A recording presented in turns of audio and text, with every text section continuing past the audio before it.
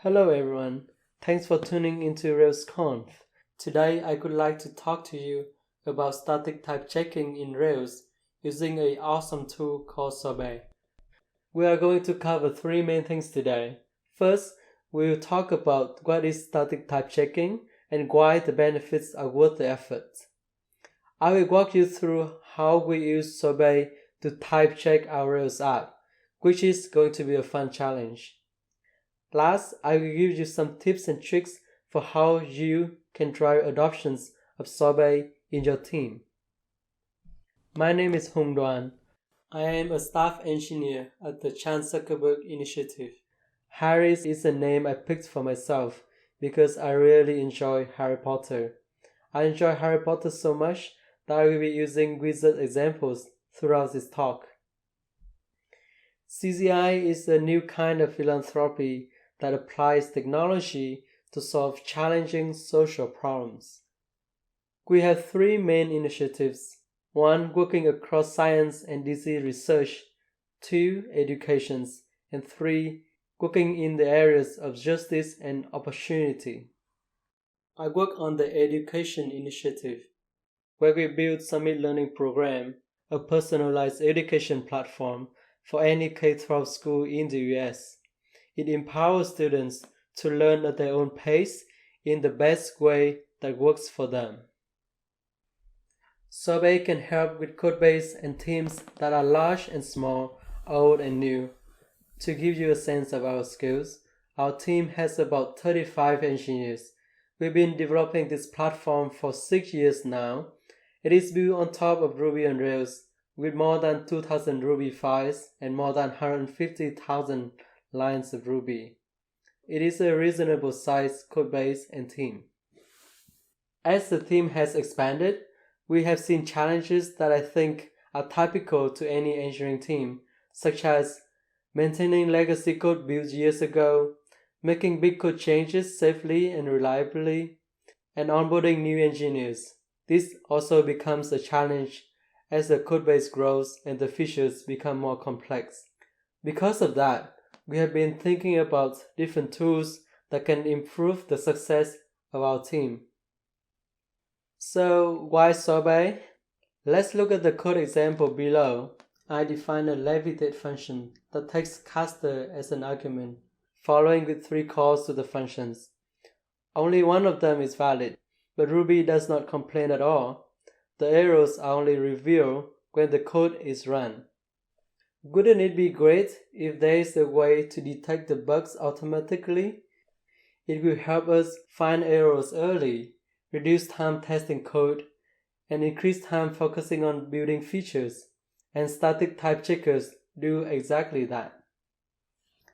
It's not a new idea to use static type checking in a dynamic language. There are successful tools widely used for other languages, such as Flow and TypeScript for JavaScript, or Py and MyPy for Python. One of the most exciting things last year for me was the release of Sorbet, a type checker open source by Stripe. Sorbet is fast and powerful. It can process 100,000 lines of code per second and can be integrated with editors to perform type checking as you write code. Sorbet is designed to support gradual typing.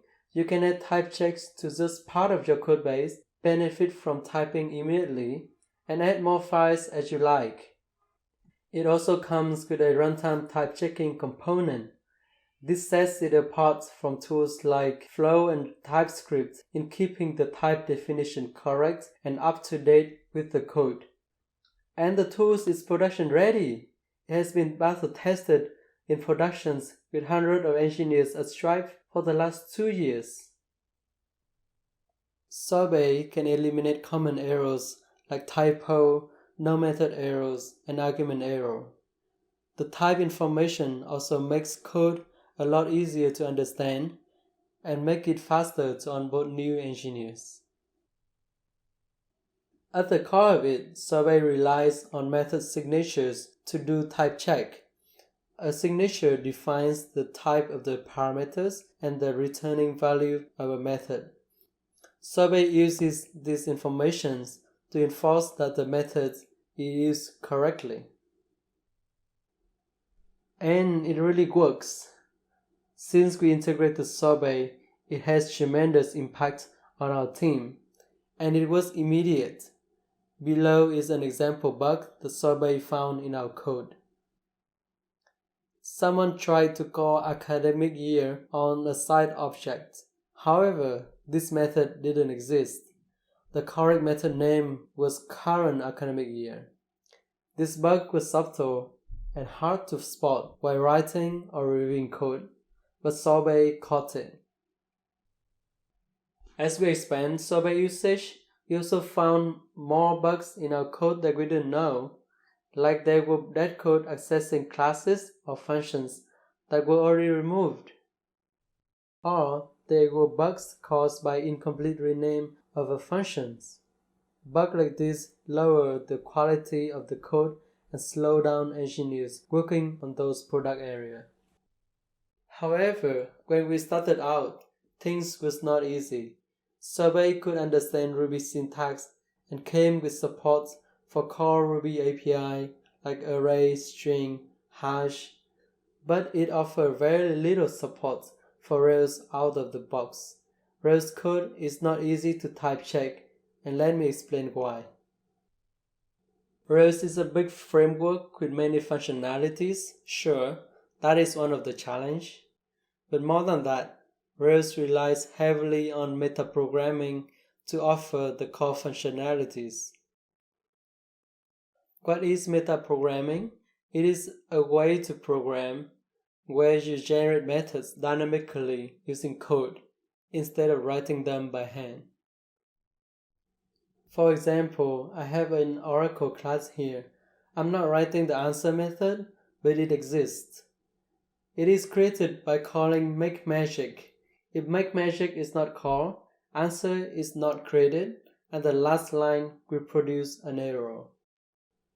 Now you can already see here how this can be a challenge for a static type checker. Sometimes it doesn't even know that a method exists, let alone knowing what the method does. Let's look at an example in Rails. Here I have Wizard, a typical Rails model. It has an object relational mapping definition and a database backing it up. With this much code, Rails is able to create a fully fledged model with many functionalities. You can query the model for records in the database. You can access the attributes of the database table. You can also access the associations to retrieve data from other tables. All these methods are generated dynamically. But how does Sorbet see the code? With some custom method signature, Sorbet can see that Harry is a wizard. However, it doesn't know much about the attributes. To Sorbet, name and house are untyped. Same with the associations, they are untyped as well. But these are quite typical day-to-day Rails code. It is not very useful to type check your code when nothing is typed, is it? If only Sorbet would know the type of this Rails method. If only it would just work. And boom, we make it happen. Our team at CZI created a gem called Sorbet-Rails to bridge the gap between Sorbet and Rails. It is designed to be a one-stop shop that makes Sorbet works with Rails seamlessly. It has a static component that generates method signatures for dynamic methods created by Rails, and additional runtime features that also help type checking. Let me take a moment to talk about RBI files, because this is an important concept. RBI files are like C++ header files. They only contain method definition and signatures, but no implementation. They provide additional information that Sorbet doesn't get from parsing the code. They are perfect for dynamic methods. So Sorbet-Rails' approach is, let's generate the RBI files for dynamic methods so that Sorbet can know what they do. We weren't the first team that was dealing with meta-programming. An alternative were meta-programming plugins. The plugins run alongside with Sorbet when it parses the code and let it know when dynamic methods may be created. It's best explained with an example.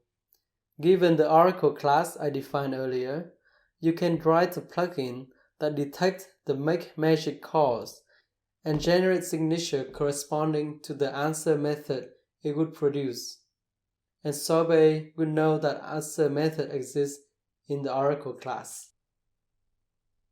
Meta-programming plugins have the benefit of being evergreen. They are run with every type-checking call, so they apply on the latest versions of the code.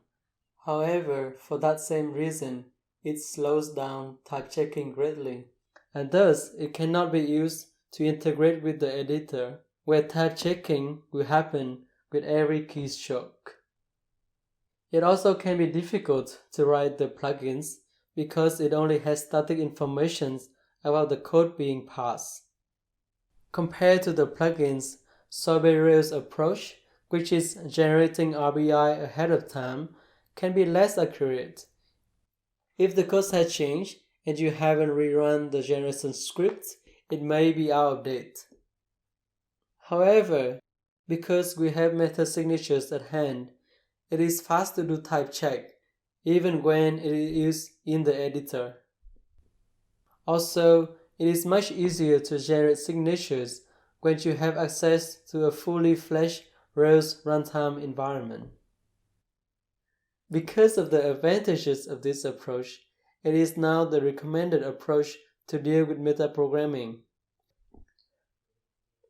Let's see how this approach works with the example we had earlier. Using the model's configuration, Sorbet-Rails can generate signature for name and house.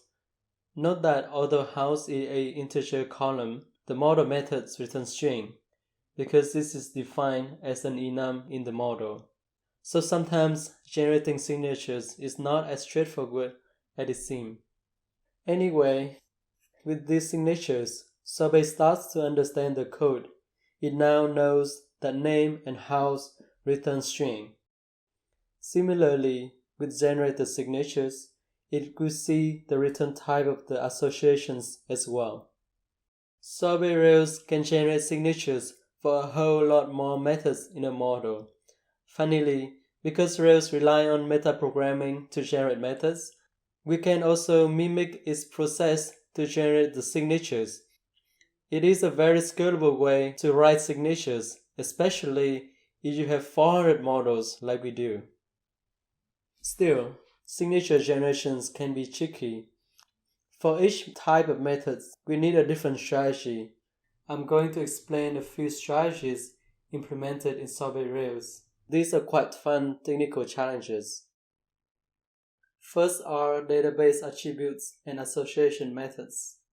We rely on Rails reflections to generate their signatures. What is reflection? In short, it is a means for a process to see and change its own structure, like seeing the dynamic methods. Rails comes with a lot of reflection classes, like association reflections. They are great. They have a lot of information about the dynamic methods. When they exist, our job is easy. We can take the information they provide to generate corresponding method signatures. Except when they aren't there, and we have to rely on other sources such as Rails documentations or Rails source code. Sometimes we have to look up which file that generate a method to detect its type and signature. For enums, we even override the original method provided by Rails to collect more information for the generation code.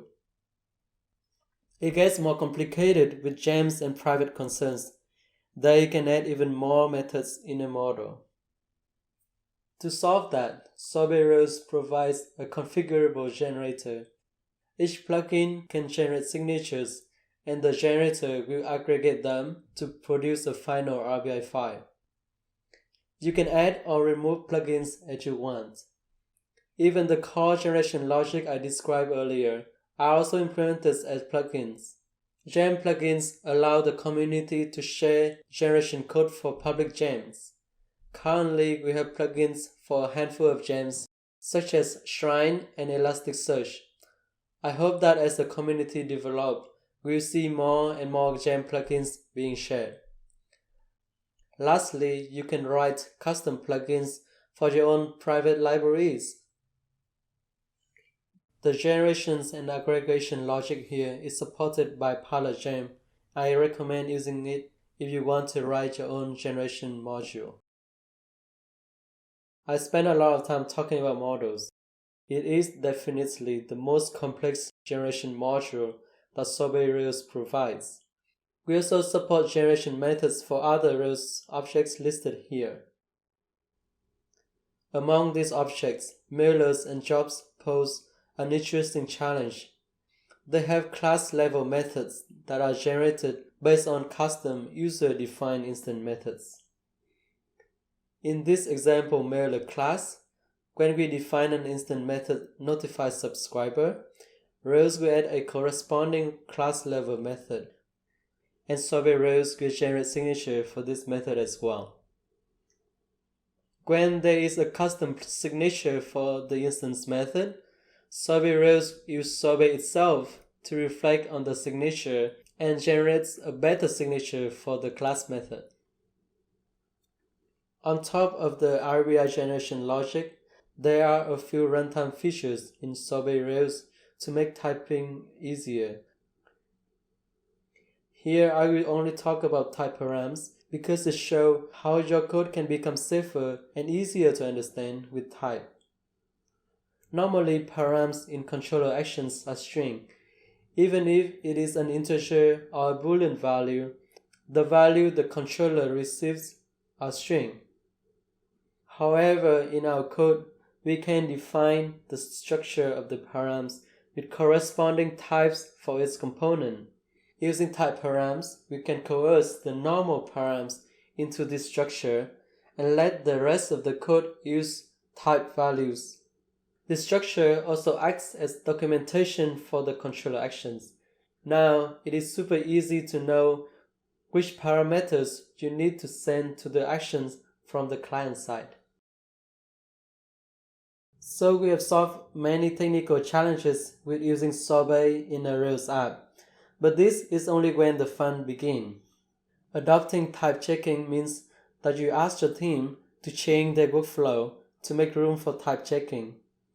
In this section, I will share some lessons we learned from driving adoption in our team and how you can apply them to make your adoption successful. First, let's talk about the metrics to measure adoption progress. Sorbet offers two metrics to check adoption: file level metric and core site level metric. There are 5 different type checking levels you can set for each file. I will explain type true and strict because they are the primary levels you will focus on.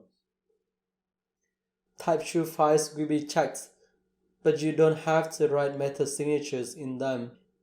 This is the ideal level to start with. Type strict requirements are higher.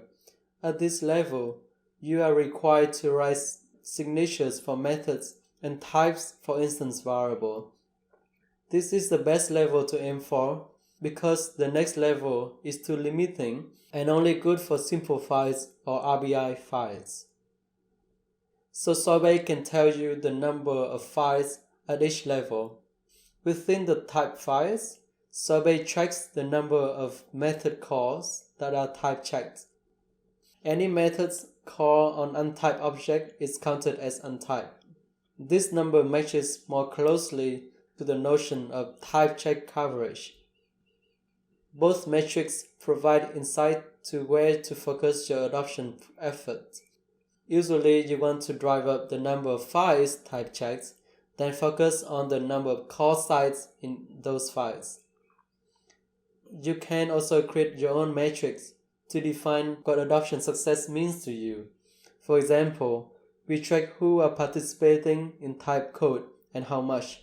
This is important because success to us means everyone in the team is writing and type checking their code.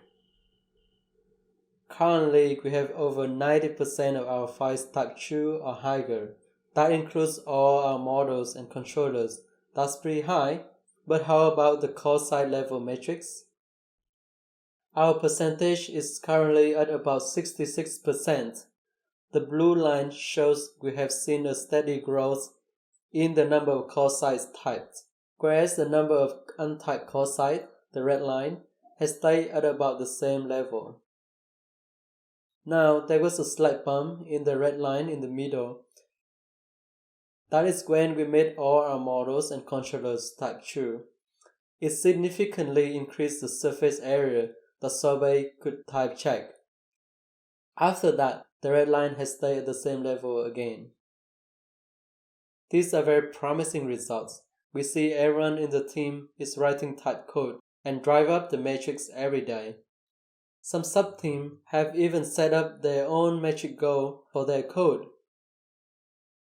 There are two principles that I think help us immensely in driving a successful adoption. First, adopting gradually. Sorbet can be useful even when you only have part of your codebase type checked. In fact, I think it's a non-goal to type check every file or every line of code. After all, Ruby is a dynamic language. It allows fun and creative magic to happen. So you should think about where type checking can be useful.